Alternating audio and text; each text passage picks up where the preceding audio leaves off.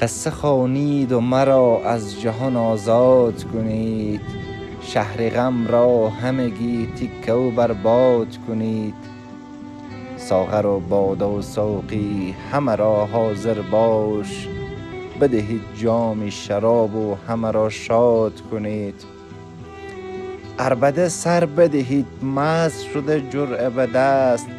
چه فقیر و چه غنی را به سخن یاد کنید. صحبت از رنج و بلا هر که زند سر بزنید. قد بلند کرده و چون شاخک شمشاد کنید.